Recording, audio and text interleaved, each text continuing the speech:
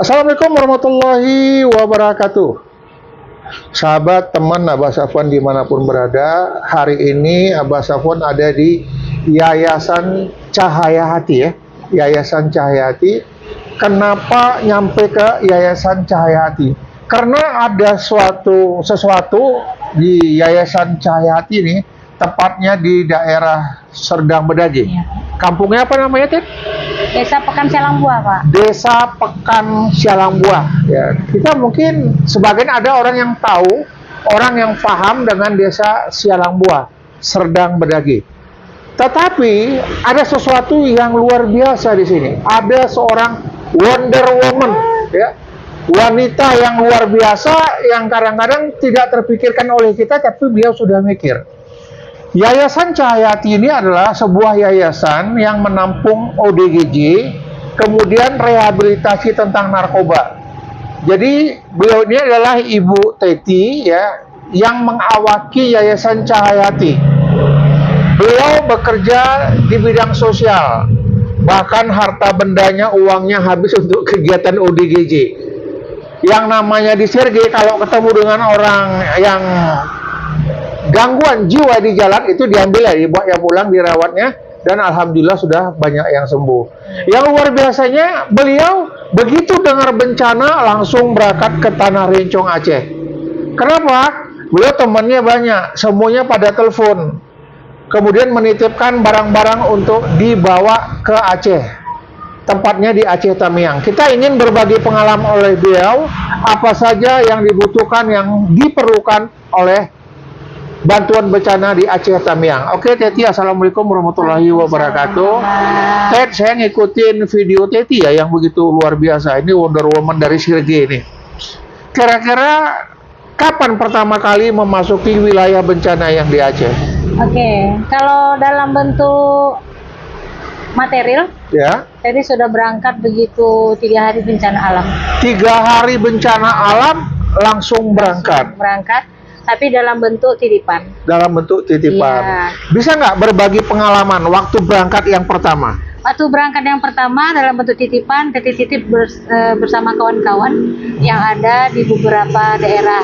Ada kawan-kawan relawan yang ada dari Tebing, dan ada juga yang masih bisa dihubungi di daerah Aceh Tamiang, supaya untuk membelikan kebutuhan-kebutuhan para pengungsi. Oke. Tetapi setelah banyaknya orang yang pingin Kak Teti turun, karena selama ini kalau daerah Serdang Bedage, Abah, di mana ada bencana, Kak Teti beserta tim langsung turun ke lokasi, menyalurkan apa-apa yang sudah dititipkan orang tadi, untuk memberikan kebahagiaan kepada mereka yang sekarang tertimpa musibah. Tetapi karena jarak, Kak Teti juga harus ada tanggung jawab, baik dari keluarga ataupun dari kerjaan, harus terkonsep ya, Bah, untuk keberangkatan. Jadi izin dulu ya, dari pekerjaan, setelah dapat izin baru berangkat. Baru berangkat. Dan kemarin setelah 20 hari bencana, kami langsung ke sana. Berarti yang kedua? Ya, yang kedua. Dan kami ke sana karena banyaknya orang-orang yang menjerit, yang menghubungi Kak Teti. Dia bilang, tolong jangan taruh di posko kota. Kami tidak ada dapat apa-apa. Langsung kami berinisiatif beserta tim ke lokasi yang sangat jauh terjangkau. Dari kota itu sekitar 3 jam, Abah. Jauh lagi dari posko yang ada, langsung masuk ke dalam. Karena ingin berbagi tepat sasaran mereka yang membutuhkan. Iya. Apa yang dibawa dan apa yang mereka butuhkan di sana? Kalau yang kedua kemarin kami masih beranggapan mereka banjir, akan kedinginan, akan kelaparan. Kami hanya fokus ke sembako dan pakaian-pakaian yang layak pakai. Tetapi begitu kami masuk ke Aceh Tamiang, banyak pakaian-pakaian yang di sana itu menjadi sampah. Tidak terpakai karena mereka lebih butuh makan daripada pakaian. Iya, jadi kami berinisiatif, ayo ke dalam. Apa yang terjadi di dalam? Begitu di dalam, ternyata mereka sangat kelaparan, mereka sangat kedinginan dan kegelapan.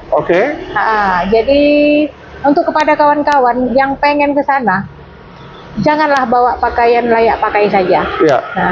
Bawalah makanan yang tanpa diolah sudah siap dimakan.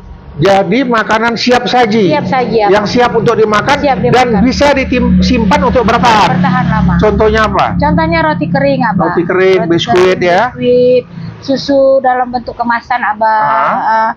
Dan mereka perlu lilin. Lilin, Abang. Memang tak ada listrik? Tidak ada listrik. Tidak ada listrik. Perlu autan, perlu kelambu, perlu selimut. Autan sama kelambu, memangnya banyak nyamuk? Banyak banget, Ayah. Nyamuknya berimau pula di sana ya? Main serang aja? Main serang aja, royoan. Jadi mereka itu sangat membutuhkan itu. Kelambu, lilin, selimut, obat-obatan yang simple seperti obat sakit perut. Iya, sakit perut, obat masuk angin, Abah. Baru salep-salep gatal.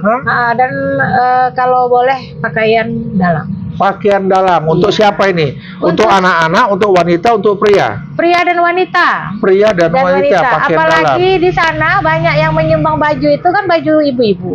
Sekarang banyak bapak-bapak yang pakai baju ibu-ibu. Bukan menghina, pakai daster dia. Pakai daster. Tapi nggak ada pilihan lain. Dan mereka juga perlu baju ganti, tetapi yang ada itu ya baju perempuan itulah dipakai. Dipakai ya. Jadi memanfaatkan apa yang ada. Bukan pakaian yang disumbangkan sana tidak terpakai, tetapi memang sudah tidak ada pakaian lagi, akhirnya dipakai juga bantuan itu. Kalau bagian pedalaman. Laki-laki pakai daster. Wah, ini keren ini. Laki-laki pakai hijab. Laki-laki pakai hijab. Iya. Kemudian selama dalam perjalanan apa hambatan di sana? Hambatan di sana itu bahan bakar. Kita harus sedia bahan bakar sesuai dengan kendaraan kita. Juga kita bawa power bank karena di sana tidak ada listrik dan di sana tidak ada sinyal. Banyak beberapa tempat yang tidak ada sinyal. Jadi kalau orang ingin membantu permasalahan bencana di sana, yang pertama siapkan untuk diri kita sendiri. Salah satunya mobil itu harus ada bahan bakar cadangan. Kemudian harus ada power bank untuk memudahkan kita. Kemudian lampu penerangan yang charger. Ya, lampu-lampu emergency.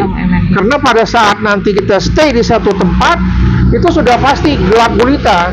Mungkin hutan atau mungkin perkampungan yang sudah tidak kelihatan lagi. Jadi butuh cahaya, maka menggunakan lampu emergency. Kemudian apalagi yang lain-lain? Saran saya kalau memang kita mau membantu, kita bolehlah bermalam 1 malam atau 2 malam di lokasi. Bisa merangkul mereka, karena mereka itu selain bahan makanan, mereka juga perlu semangat untuk paham bahwa mereka yang harus bangkit.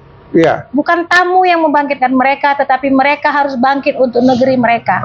Mereka harus bisa bagaimana bersatu padu memulai, walaupun saya sendiri bingung, mulainya dari mana, tetapi itu adalah PR kita bersama dan khususnya mereka. Masyarakat membantu masyarakat, itulah intinya. Kalau mengharapkan dengan bantuan pemerintah, mungkin birokrasinya terlalu banyak. Bahkan ada yang saya dengar, andai kata mau mengambil bantuan itu menggunakan KTP. Padahal KTP mereka sudah nggak tahu di mana letaknya. Ya mudah-mudahan ini tidak terulang lagi.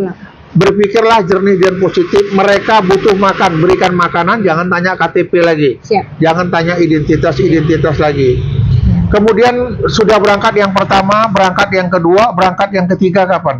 Insya Allah tanggal 19 hari Sabtu ini, Pak. Perjalanan lancar dari Medan sampai lokasi? Perjalanan agak sedikit macet. Karena antusias masyarakat pengen tahu Aceh dengan kondisinya seperti ini itu besar. Ada orang yang ingin membantu, tapi ada orang yang ingin melihat-lihat.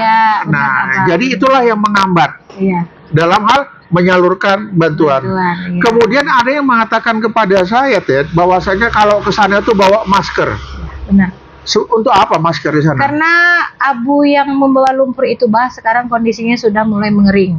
Begitu dijalani, itu akan menjadi sumber abu, Ya, kemudian mungkin bawa binatang ya yang sudah mati membusuk. Di samping itu mungkin ada bau-bau yang lain. Jadi untuk menghindari itu semua kita pakai masker. Untuk menjaga kesehatan kita sendiri. Jadi kalau ingin berangkat ke sana, siapkan bekal untuk kita sendiri dulu. Makan untuk para tim relawan, kemudian kebutuhan pakaian, kebutuhan minyak untuk kendaraan, dan kebutuhan lampu untuk penerangan pada malam hari. Jadi kalau untuk Indomie sama beras gimana? Masih dibutuhkan di sana? Saat ini sampai terakhir semalam saya berangkat itu masih melimpah, Bah. Indomie sama beras boleh dikatakan melimpah. Iya. Yang mereka butuhkan adalah makanan siap saji. Mereka butuh selimut, mereka butuh anduk, pampers, kelambu, iya, kelambu, autan, butuh, iya, tangga lilin, juga, dan obat-obatan, obat-obatan ya. Obat-obatan. Baik teman sahabat dimanapun berada ya, ada yang luar biasa dari Teti ini yang mungkin jarang dilakukan orang. Inilah Wonder Woman. Saya nggak tahu ya dapat inspirasi dari mana. Beliau membawa tukang sumur bor. Iya. Jadi bukan bawa air minum ya. Bagaimana mencari orang yang siap membuat sumur bor sehingga nanti airnya bisa dimanfaatkan, tidak bergantung kepada relawan bawa aqua lagi. Ya, siap. Nah, kemudian di sana menggunakan genset untuk menyedot air yang ada di dalam tanah. Jadi kalau listrik memang belum ada, tapi inisiatif beliau nyari juga donatur, listrik mesin genset itu dibawa untuk menghidupin sumur-sumur di sana. Jika ini sudah ramai terlaksana, mungkin kebutuhan air daripada masyarakat di Aceh sana bisa terpenuhi. Ya. Jadi kalau kita bawa aqua, kesanggupan kita terbatas. Mereka akan bergantung kepada relawan yang bawa air putih. Ya. Tetapi jika dibuatkan sumur bor, mereka akan bisa memenuhi kebutuhan air bagi diri mereka sendiri. Ini keren abis. Teman sahabat dimanapun berada, jika ada ingin melakukan bantuan, mungkin bisa melalui Bu Teti. Buka aja di Google ya, Teti Nurse, atau di TikTok Teti Nurse. Banyak video-video beliau yang cukup luar biasa, yang cukup inspiratif. Ya, saya berharap teman-teman yang nonton video ini coba di zoom aja ini. Ada nomor telepon, ada nomor BRI dan lain sebagainya. Kalau ini nggak jelas, buka di Google ya, Teti Nurse ya, ODGJ. Nah, itu akan keluar di Google. Teti, terima kasih untuk informasinya. Mungkin dengan adanya video ini masyarakat paham kalau ingin berangkat ke sana apa yang harus dibawa ya. Kurangin untuk sumbangan beras, kurangin untuk sumbangan Indomie, tetapi berilah makanan siap saji. Orang di sana bergantung kepada relawan karena nggak ada yang bisa mereka lakukan. Mau belanja, toko nggak ada yang buka. Nggak berlaku duit, Pak.